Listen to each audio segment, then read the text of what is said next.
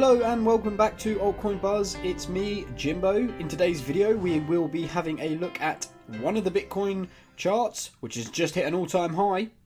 We're going to take a look at Bitcoin outpacing the rest of the global economy, and let's discuss how much of a sign of a strength for Bitcoin that is. We're going to dive into the small time frames and the longer time frames and just have a look at some significant supports and resistances to watch throughout the next days. And one of our favourite altcoins, Enjin, is showing us a nice signal on the charts, and it's definitely worth sticking around to the end too. Guys, if you haven't done already, please stick a like on the video and subscribe if you haven't done already. Remember to give a comment in the video if you want to have a chance to win the Zeus CryptoTag device in our weekly giveaway. Here we are on the 1 hour chart for Bitcoin, and as you can see, earlier on this morning, about 6 AM UK time, about 12 hours ago, we crossed the 50 exponential moving average on the 1 hour with nice bullish lines showing on the MACD with that positive crossover, crossing over in the middle over the course of the morning, which is really nice. We like to see that, to see these sustained moves up. Now, obviously, you can see that we've seen a couple of little bit more sideways hours over the last couple of hours, last few candles, but we are now approaching an area of interest, and I want to highlight this to you. So let's quickly go ahead and put this horizontal line in at this resistance. Now it's come up as green. I'm going to change it to red to show you guys its resistance. Now I want to see Bitcoin break this line here on the 1 hour at 8,970-ish, give or take $10. Of course, it's a bit of a range, and it might be different on different charts. So in this area, a break of that is going to be really nice to see on the 1 hour chart. Target for me, if we were to see a break beyond this point, has to go up to these extra high volume nodes. So we look for the areas on the VPVR, which are showing us a higher level of volume interest. And we can see here, just scrolling out a little bit, there's definitely a high volume area or higher volume area at 9,100 to pay attention to. And after that, we're looking for up here at this green line, which we've had as previous support, which did act as resistance once we broke down through it once again. Now I want to see this this line as our overall target at 9,500. Were we to break this line here at about that 8,970 mark, so I think we'd be looking at surpass 9,000, and let's put our next target at 9,500. You guys might read this chart differently to me, but that's where I see it. I'm sure that we might see some resistance here at 9,100, and then of course as we approach this previous support and resistance line, we are going to be looking at more resistance for sure. Yes, so that clears up the 1 hour for us. I wouldn't want to see a rejection from this line. Of course, there are some bullish patterns that could still play out from that. We could still end up with a rather rough head and shoulders. Arguably not, but some people might call for it if we were to see a rejection from this line and then a similar support level to this. You could call it a shoulder and a head, but I wouldn't really. Not for me. I think this is a pattern which is in the course of playing out, which would be a descending triangle, and that would look something like this. You would put your resistance line in across the top, and you can see a rough bottom area there, which we've seen the support exist in, and we've broken out from the top. If that is a descending triangle, we can measure ourselves a bit of a target by going from bottom to top. Again, this is not an exact science at this point, but that's a 6% swing, so that would give us a target around about 9,200, so just above where this high volume node is. So let's see what happens over the next few hour candles, but let's see if we get that break of 9,000 and then push on towards 9,150 zone for perhaps a move all the way up to 9,500. Key to watch this line and see where it takes us. Let's dive out a time frame and see if there's anything more clear on there that's going to give us an indication for where we might end up at the end of today and tomorrow, rather than just over the next few hours. And as you can see, some of these lines that are pre-existing that didn't look quite so clean on the 1 hour start to make a little bit more sense when you zoom out. Of course, the time frames change.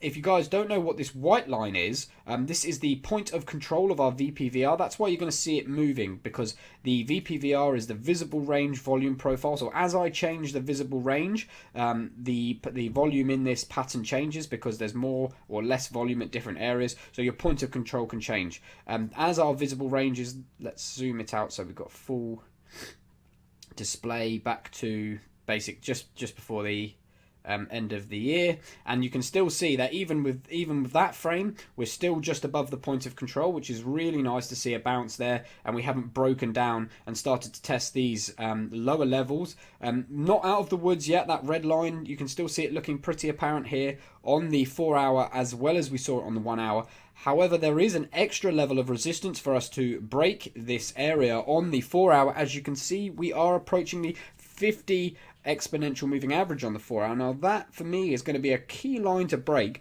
and it's interesting that it corresponds with that resistance on the 1 hour. So a break of that 1 hour zone we just highlighted is going to see us potentially break this 50 exponential moving average. Now if we can do that in the next hour or so, this video may be released a bit later, but for UK time that's around 8 p.m. If we can close above this line, above this 9,000-ish area by 8 p.m. time, then we'll have seen a close above the 50 exponential moving average. We've still got some work to do to get there, but if it does, that's going to be a really nice sign. I'm looking for closures above the 50 exponential moving average as a bit of a bullish move on the charts. As we saw it on the 1 hour, once we broke and closed above, we saw a sustained rise.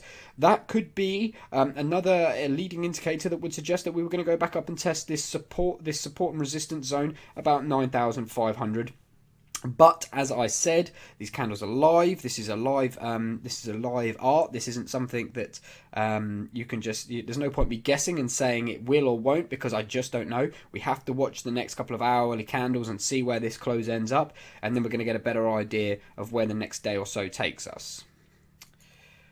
One more time frame out quickly before we move on, and let's just have a look at the daily now. This daily candle, I don't know if you folks out there have this same issue as I do, but my daily candles don't seem to update very quickly at all. So at the moment it's showing green but not very green, but we know that we're a little bit closer up. Bitcoin live price is showing at 8856 as of this very second, so we're actually a little bit closer to here on the daily candle, much closer to the top of this daily candle. So once that closes, it's going to be looking a lot more bullish than it does just right now. We can see that we've got a reduction in volume on we can see our MACD's drawing closer. We're seeing green volume on the day. Would I say that this is indicative of a clear turnaround? Well, again, it's just too early to say. We're clearly below that 50 exponential moving average on the daily. Let me just see if I can overlay. I may have too many indicators on, but I'm going to see if I can just quickly overlay that vital 200 daily moving average. Let's just have a quick look. Bear with me. And just see how we are battling that at the moment, because as we know, we've had a lot of attention on crypto Twitter and stuff like that, and just generally the markets apply to this 200 daily moving average rule for bull and bear markets, and there's all this hype about us getting above it. How are we doing right now?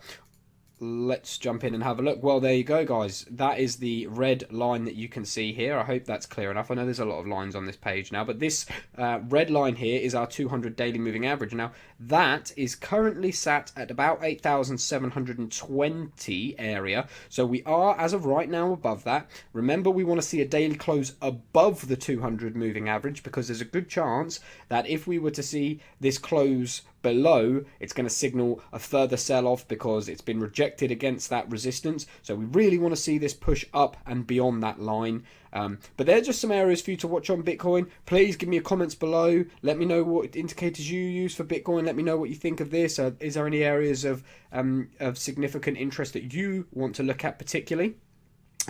Next, we'll just quickly have a look at this website from Market Insider, Business Insider. This is the world map of the global indices as of today. And as you can see, green on the market, having seen a horrendously red week last week with potential coronavirus fears triggering a market sell-off globally. Now, the reason I wanted to show you this is if you are having a look at Bitcoin right now, you'll notice that it's around 3.5 to 4% up on the day. And there is the only indice which is globally, which is close to that, is here in Chile, Santiago. We've definitely seen green on the USA. And of course, we know the volumes that are required to boost these markets to that height is obviously higher because they're more mature markets.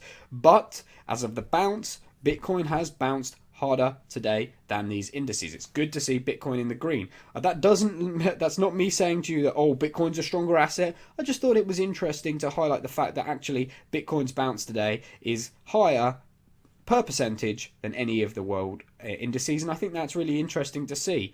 And I also think it's just great to see how correlated these global markets are in general, and how our concepts of safe haven assets, and just a clear example of how they're very, very clearly correlated. And when they go up together, they go up. When they go down together, they go down. We saw that last week, probably more than we even expected. Even gold had a very good beginning of the week last week, but still came down towards the end. Still couldn't continue in the green. So it's really interesting to see how these markets coexist and how they correlate in their movements.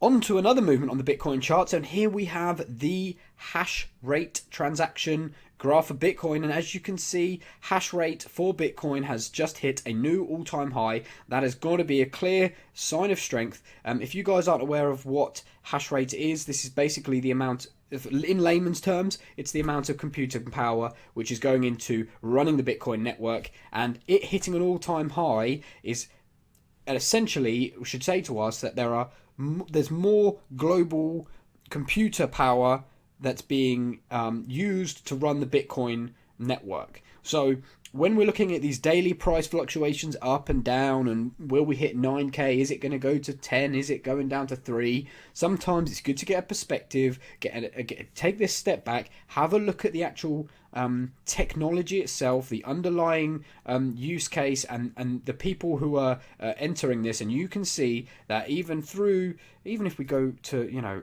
extend this out across our bear market, since November, December 2018, this has been rapidly rising, with our ups and downs and peaks and troughs that we see within the hash rate. But you can see this has been consistently rising. This has got to be a sign of strength. This is people who more and more computing power being dedicated to the Bitcoin network. That's got to be bullish, in my opinion.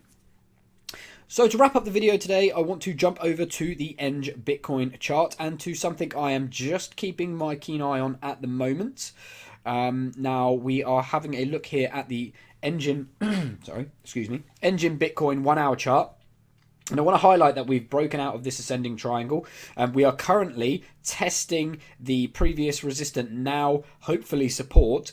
This is, for me, I'll be keeping a really keen eye on this. If we don't break back down into this ascending triangle and we get a spring off of it, that would be a really nice. That'd be really nice to see. We know that these ascending triangle breakouts can often see a surge. I'm not for a moment suggesting that it absolutely will, but keep an eye on it, because quite often they break out of an ascending triangle can lead to an upsurge. If I was going to be looking at targeting any sort of target, if I was looking to put any particular target onto this, I'd be looking at our high volume nodes here on the VPVR, as well as any previous support and resistance that I can see existing in this 1 hour visible range. Now, I'll be certainly keeping my eye on, let's put some horizontal lines in just to take a look. If we were to continue, see this act as support and break up, then I would like to see that area there at 13.15. I think that looks quite an interesting target. You can see we've seen support and resistance in this area, as well as that higher volume area, so it'll be interesting to see if we can reach as far as that. And we've obviously got this really high volume node here, or relatively high volume node here, which again was resistance, and we've seen a huge amount of buying and selling activity in this area, and that's up at 1370. Break that, and you can see that we could potentially could be back in run mode. You can see that once it breaks into these low volume areas past the high volume nodes, that you very often get these very sharp breakouts and often come back down again. That's because there's not a lot of buying and selling volume in the area to counter that. So it can very quickly heat up the market books and then come back down, or it can even heat up the market books and keep ripping, as we've seen previously. I'm just going to, just before we end the video, scan out to the 4 hour here on Enj and have a look at our MACD, which is looking to cross the zero. We've crossed the zero line on the MACD. We've got our green differential candle there on the increase, so this is looking quite nice. I'm not a financial advisor. None of this is financial advice, but we've broken our 50 exponential moving average. We're on the move up, essentially seeing a breakout of this ascending triangle. I think En's one to watch, and if I was to give a really nice target for it, I'd be looking at 1370. A break above that could be extremely bullish, but even if we were just to move from where we are now to 1370, we're looking at a potential 10% move. So one to keep an eye on, no guarantees as always. Before I go, let me just remind you to subscribe and like the video if you can. If you'd like to share it, that would be brilliant. It's going to help us out. If you are looking for a place to get all your crypto news and reviews, head over to altcoinbuzz.io. It's a fantastic source of information over there. I highly recommend it. But I'll be back on Wednesday. Take care, and I'll see you next time.